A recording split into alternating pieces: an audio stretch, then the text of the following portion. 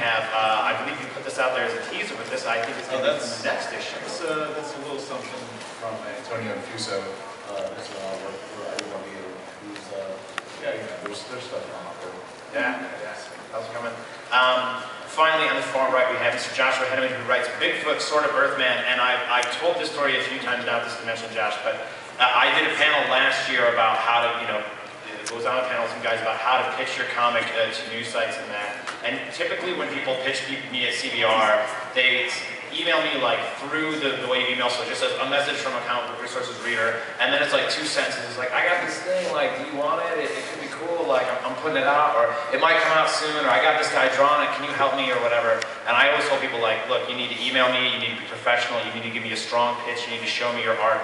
And Josh emailed me, and he was like, I'm making this comic that's inspired by my 2 great loves, which are Bigfoot and craft brew beer, and here's some art. And I was like, perfect, like, you did exactly what I wanted. And so that's how I got hooked up with Josh, and here's a little bit of interior art from Andy Taylor on Bigfoot Legend, Sort of the Earthman, and there's a cover 2 is out now, and I think 3's coming soon. 3's coming out in April. All right, well, there you go. So Josh has got a table in Artist Alley. These guys are wandering around. You can find most of their stuff online.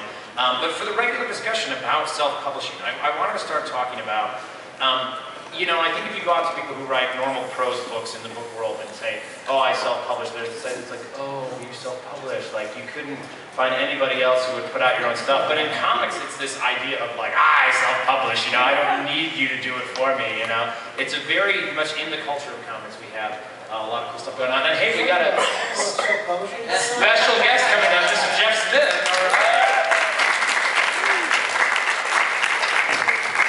We would have some fun stuff going on. Here's a man who needs no introduction, going to add us again. So I brought this from my last panel.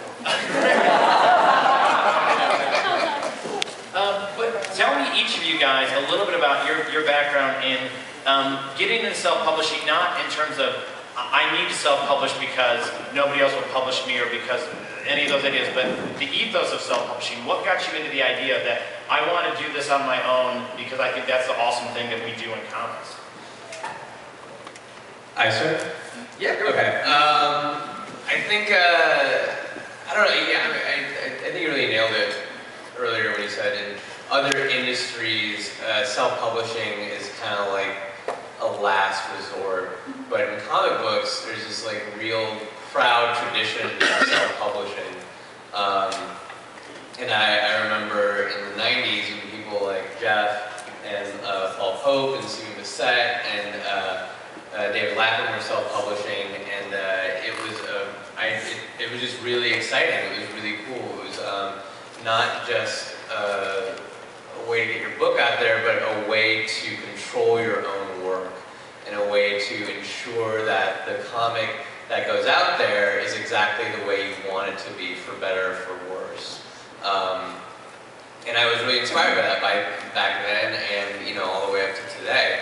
And the 2 books I self-published, Our Love Is Real and Sacrifice, are they're pretty esoteric. It's not just that somebody else wouldn't publish them, it's that probably,